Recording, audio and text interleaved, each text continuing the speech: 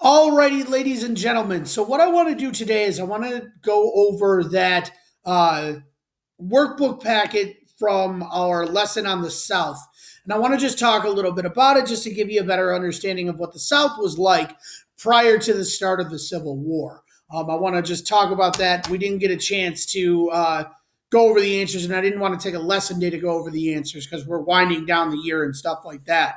So I wanted to take this opportunity to make sure I went over those answers on a review day. So starting off, why was it difficult to harvest cotton before the invention of the cotton gin? So in 1794, Eli Whitney invents the cotton gin. Before that, slaves had to pick the seeds out of the cotton by hand. That was a very long process. That was a very labor intensive process.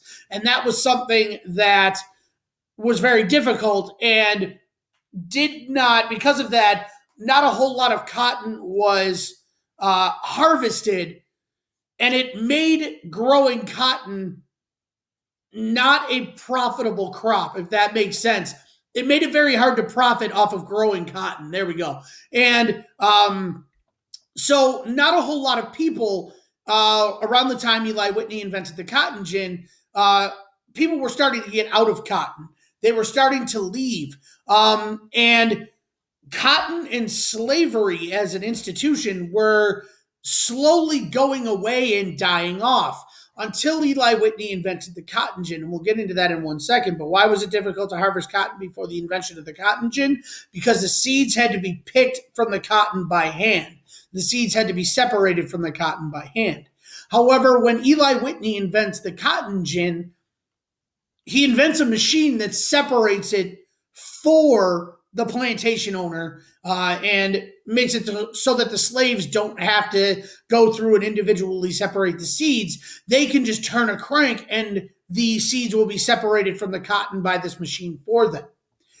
That invention catches on like wildfire in the mid 1800s, and it revives cotton, the growth of cotton as an industry, and it revives slavery. So now slavery becomes a permanent part of the South. It becomes a very popular part of the South because many farmers need slaves to help them grow crops and to help them do the work on their farms.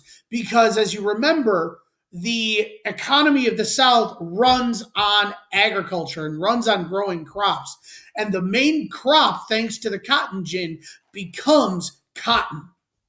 So the Eli Whitney and the cotton gin single-handedly revived the industry of cotton and the industry of slavery in the South and really set the South on a crash course with the North to result in the Civil War. So the cotton gin kind of really makes it unavoidable for the North and the South, really makes that war between the North and the South unavoidable. There we go. So the cotton gin is really kind of the most important invention to the South in the 19th century, and really goes a long way to kind of contribute to the Civil War and fighting between the North and the South. So suddenly you have a cotton boom. Suddenly you have a huge boom in the amount of cotton that is grown. The reason that cotton wasn't grown, as we know, is because it was hard to pick those seeds from the cotton. But now that that problem is no longer a problem, it is actually much easier to grow cotton, and it's actually the best crop for the South to grow. And the question, what were the advantages of cotton compared to other crops? It can be stored, and it's inexpensive to transport because it is so light.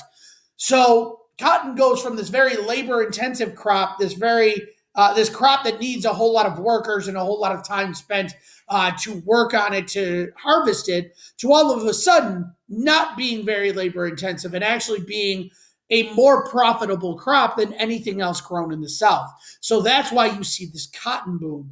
And that is also why you see the growth of the cotton belt This was a region stretching from South Carolina to Texas, and it becomes the Cotton Belt, obviously, because that's where cotton is grown.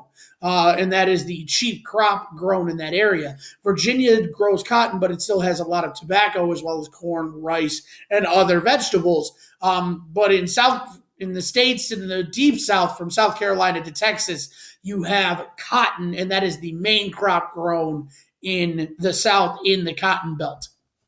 And why were the region's rivers especially important to Southern farmers? The reason for that was because of the fact that the South does not have a whole lot of railroads. It doesn't have a whole lot of industry. It would have to rely on the North to build its railroad tracks, to supply the tools, to supply everything that they need to build railroads, and stuff like that, which is something that the South does not have.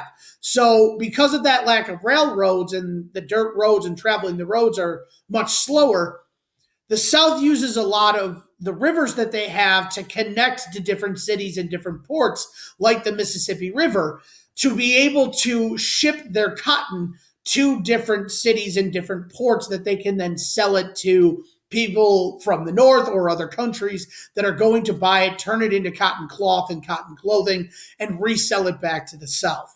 So the reason that the rivers are especially important is because of the fact that that is how cotton was shipped.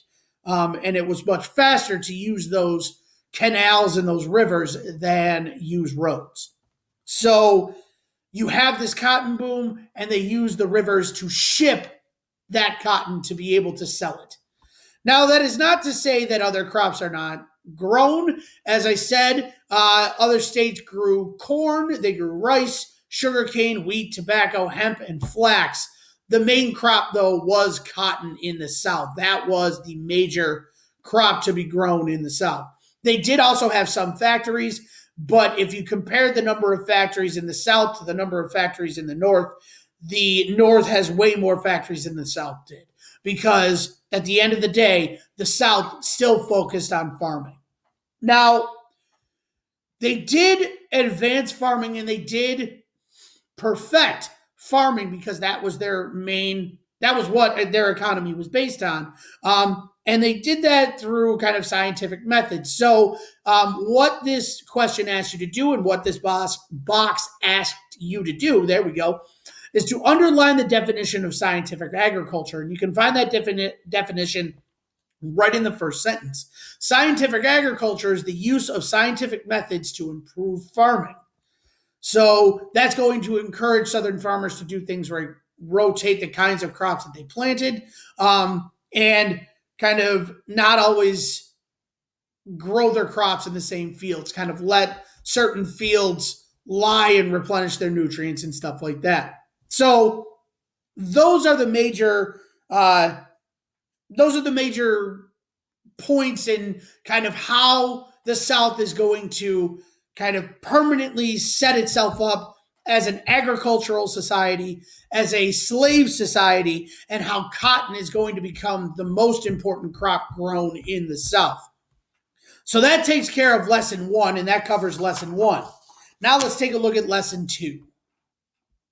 Now, lesson 2 is all about Southern society and culture. And Southern society and culture is all about kind of that agricultural society, and all about, at this time, it was all about manners. It was all about status and place and stuff like that. It was not that way as much in the North. If you were wealthy, you were still obviously seen as a higher status person and everything like that. But the idea of wealthier people being seen as better people was an idea that was much more followed and much more popular, I'm going to say, for lack of a better word, in the South. That was an idea that was seen much more in the South.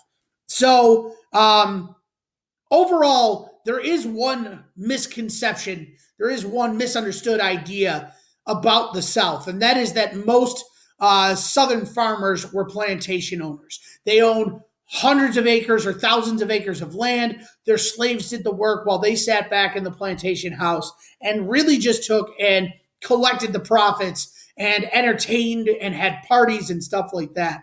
But that's not actually the case, excuse me, of who most of Southern farmers were. As we see right in this paragraph here, guys, excuse me, most Southern farmers were yeomen. Yeomen were small farmers that averaged about 100 acres of land, and they often worked alongside their slaves. They didn't have overseers or other people to watch over their slaves while they sat in their homes and held parties and stuff like that. Yeomen did the work, and they were the ones that were farming right alongside their slaves. That's how a yeoman was different from a planter. A yeoman owned much less land, and they worked alongside their slaves. So that's how a yeoman was different. Most Southern farmers were yeomen at this time. Many white Southerners were also poor. They owned no slaves at all. Often they lived on land that could not grow crops. These farmers were at the bottom of the economic ladder. So you had the wealthy plantation owners, then you had the yeomen, then you had poor Southerners, poor white Southerners that were at the bottom. Now, slaves obviously were seen as property. They were not seen as human beings. So they were seen even lower, and they were below in the social rank. They were below poor Southern whites in the South. So that takes care of what society looked like. That takes care of how the social classes were organized. Now, why was religion central to Southern life? Now, religion in Southern life was seen as a social gathering. You got to remember, you have farmers, you have plantation owners. Homes are spread out. It's not like being in the middle of the suburbs or being in the middle of a city where everybody is packed really tight, close together. No, in this case, people own a lot of land, so they're very spread out. So it's much more difficult to see your neighbors when you're around your home, walking in and out of your home and stuff like that. Plus, most Southern people were farmers. So their work was done in their fields, which was near their home. They didn't travel like teachers or factory workers or anybody like that. They didn't travel to their job from their home and see people as they were leaving, see people as they were driving, see people at work. They saw the people that lived on their farms, that worked with them every day, and that was it. So on Sundays, when Southerners had church services and stuff like that, that was a way to see the rest of the people that lived in their area and lived in their town. So it was seen as a way to visit their neighbors, and it was seen as a social experience. And it was seen as a social thing.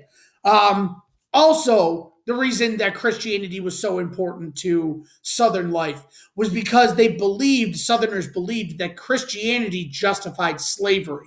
And so they tried to teach their slaves those aspects of Christianity so that their slaves would continue to serve them and not try to rise up and create revolts and fight against their masters. But you guys saw from the Crash Course video that there were revolts, and some slaves like Nat Turner did try to rise up and revolt against their slave owners and their slave masters. So Christianity was an attempt to justify slavery and to keep African Americans in slavery, and it was also seen as a social thing and as a way to see your neighbors. So that takes care of Southern society and what Southern society was like. How were Southern cities like Northern cities? They provided residents with many services like water systems and street maintenance. Southern cities were different in that they used slave labor, and businesses could either own slaves or hire them out from nearby planters to be able to do the work and work alongside them. But we know that cities in the North were much bigger and had a lot more industry and a lot more factories than the South did. But both cities did have water systems and street maintenance to try to keep the cities clean. So that takes care of Southern society and what Southern society was like. So let's take a look real quick at the existence of free African Americans and discrimination. Now, There were free African Americans that did live in the South. Some of them were able to escape to, some were able to escape to the cities of the South and work for businesses or some of the factories that might have existed, some of the few factories that might have existed in the South, but they were able to escape and they were able to live in cities as free African Americans. Now, the sentence that shows or that describes how many free African Americans lived in the South is this sentence right here, that most lived in the countryside and worked as paid laborers on plantations and farms. So most free African Americans, more than 250,000 free African Americans lived in the South by 1860. Most lived in the countryside and worked as paid laborers on plantations and farms. So most of them still did the work, similar work to slaves, but they did get paid for it. And they were not seen as slaves. They were not seen as property. Just as a side note, just to really clarify that, some free African Americans, most of them lived in the countryside and they worked as paid laborers on plantations and farms. So there were still free African Americans who lived in cities, and they did work in a variety of different jobs, but they mostly worked as skilled artisans, skilled craftspeople, shoemakers, barrel makers, tailors. What else? Blacksmiths or metal workers and stuff like that. So those were the jobs that most African Americans worked in if they lived in cities. But most African Americans worked in the countryside and they lived in the countryside and they worked as paid laborers on plantations and farms. So that answers that question. So according to many Southerners, how did free African Americans threaten the South slave system? So free African Americans were allowed to live in the South, but compared to the number of slaves, that number was very few. Southern slave owners really looked at that system, really looked at free African Americans, and they were afraid that free African Americans would cause slaves to rise up and slaves to revolt. Now, we know in reality, looking back, it was the treatment of slaves and the fact that slaves were seen as property and the fact that slavery existed at all.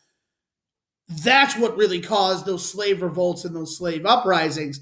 But Southerners at that time were afraid that having free African Americans would cause slaves to want freedom and cause them to want to rise up. So Southerners put a lot of restrictions on free African Americans to really limit what they could do and to try to prevent slave revolts, because they thought that free African Americans were the problem and free African Americans were going to be the issue.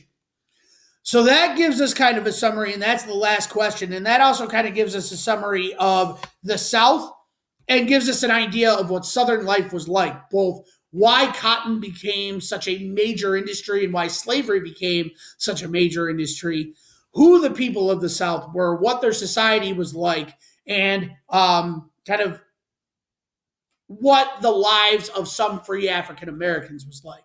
So hopefully that answered all of your questions, guys. Hopefully that makes sense. I hope you guys went through and you checked these answers and you went through your own answers and changed what you needed to change. If you have any questions, please feel free to reach out to me during my office hours today, and I'll get back to you as quickly as I can.